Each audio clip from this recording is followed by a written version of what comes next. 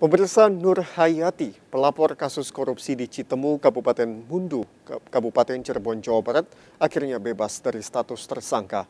Bendahara Desa Citemu tersebut resmi menerima surat ketetapan penghentian penuntutan atau SKP 2 dari Kejaksaan Negeri Cirebon, Rabu kemarin.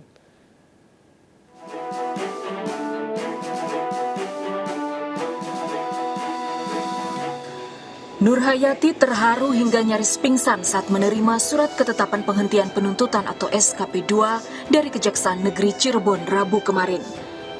Menyandang status tersangka selama 3 bulan, Nur Hayati akhirnya terbebas dari segala tuntutan, termasuk sangkaan bahwa ia terlibat dalam kasus korupsi mantan kepala desa Citemu.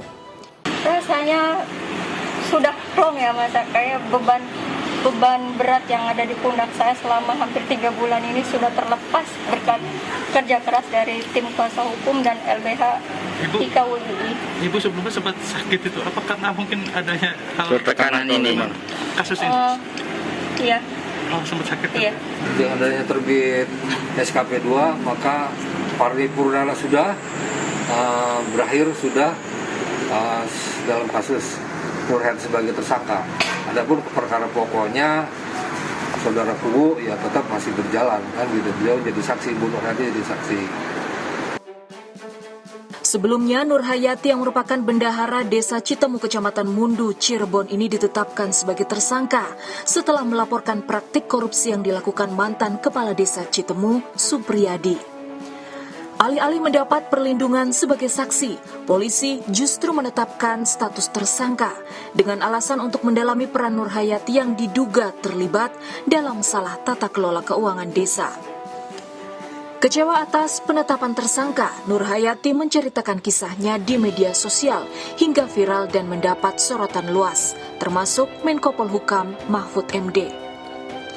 Kejaksaan Negeri lantas melakukan gelar perkara.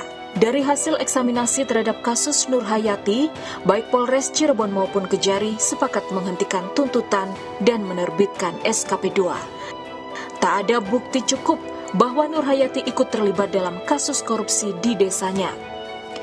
Menko Polhukam Mahfud MD juga menyebut penghentian status tersangka Nur Hayati bertujuan agar ke depan masyarakat tak takut terjerat kasus hukum saat ingin melaporkan kasus korupsi. Dari Cirebon, Jawa Barat, Toy Skandar, iNews melaporkan.